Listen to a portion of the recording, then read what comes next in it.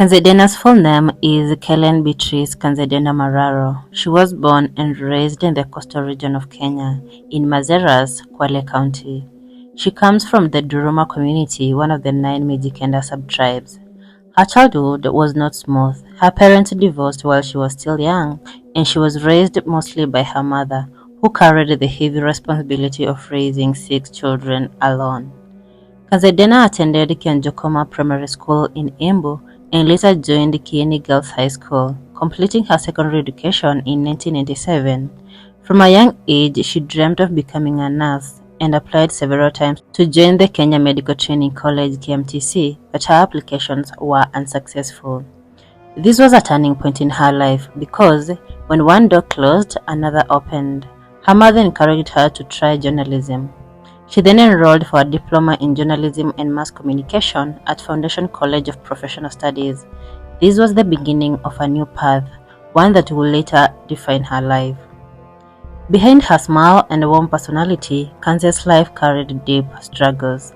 After high school, she became a young mother. She gave birth to her first daughter, Natasha. At first, due to her difficult situation, she considered giving the child up for adoption, but she later changed her mind. Sadly, Natasha died at just 3 months old. This loss broke her. She sank into depression. She even attempted to take her own life. And just when she was still struggling with grief, tragedy struck again. Her mother, the pillar of her life, died of colon cancer. Imagine being in your late teens or early 20s, having lost your child and your mother almost the same time. Kanze was devastated, but out of this pain, she discovered strength. She joined Nairobi Baptist Church, found counseling, and began healing through faith. These early battles shaped her resilience and gave her a sense of purpose that would later reflect in her career and personal life. Kanze's first step into the media world was at the Kenya Broadcasting Corporation (KBC). She started as an intern, reading bulletins on Radio Taifa. Her talent, poise, and ability to connect with audiences quickly got her noticed.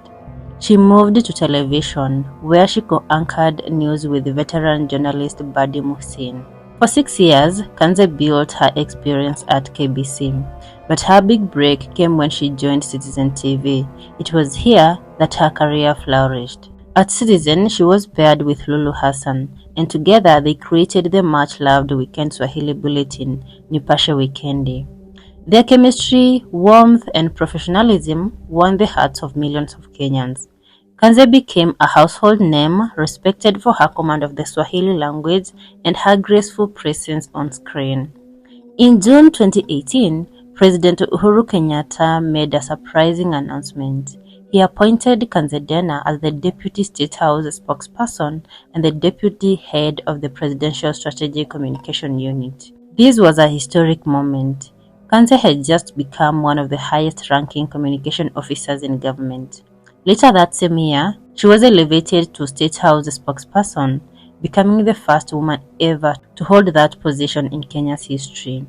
Her role was massive. She was responsible for managing State House communication, branding, press relations, and articulating the president's agenda, especially the Big Four agenda. Whenever President Uhuru had events or made announcements, Kanze's voice and face were often the ones delivering the message. She transitioned from reading news on TV to becoming the official voice of the presidency. And while this job became with power, it also came with criticism. Working at State House meant every statement she made could spark debates across the country. Kanze served at State House with dedication from 2018 to 2022. She handled press briefings, represented the president, and oversaw BSCU operations. She was respected for her calm, composed, and professional style. In 2022, during the final months of President Uhuru's administration, Kanze was awarded top state honors for her service to the presidency. It was a recognition of the historic role she played as the first woman spokesperson of State House. But as Uhuru's term ended in August 2022, so did Kanze's chapter at State House. She handed over her role to Hussein Mohammed, who was appointed by the incoming President William Ruto.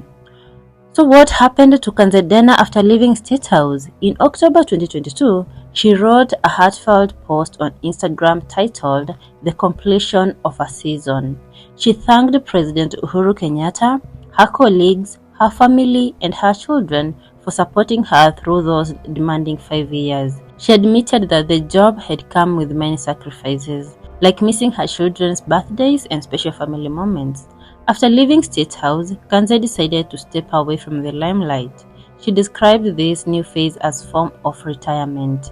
She wanted to enjoy the simple pleasures of life, rediscover herself, and spend time with her family. In interviews, she revealed how refreshing it felt to walk freely without the burden of cameras and titles. She said, "Even just walking through Du Bois Road feels normal now." There were also rumors in 2024 about her health, with some blogs claiming she was seriously ill. Kanze came out strongly to dismiss these claims. She assured her followers that she was in good health and thanked God for life. Interestingly, even after leaving office, Kanze has occasionally been accompanying former President Uhuru Kenyatta to meetings and events. This shows that their professional and personal bond remains strong. Kanze story is one of resilience, from losing her child and mother to battling depression to rising from KBC to Citizen TV and finally making history as Kenya's first female State House spokesperson. Her journey is inspiring.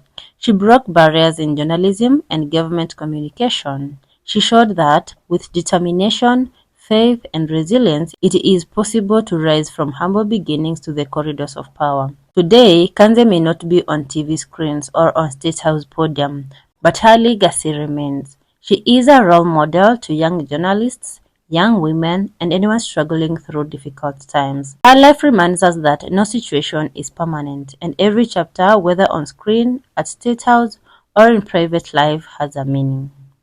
I'm not unwell. Let's clear the air. I'm not unwell. Please, let's do that. I have no idea why somebody would have wanted to say those things about me.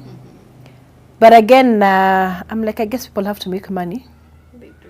And it's unfortunate that that would be the way that they would want to get clicks. And before retirement and during his retirement, the former President Kenyatta has been take various international roles, especially within the region, in his capacity as a former head of state.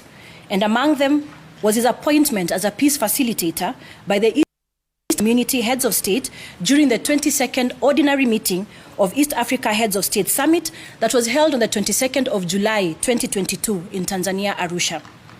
These engagements said that the need to identify and establish a suitable office for the former president to enable him his roles and provide an operational base for various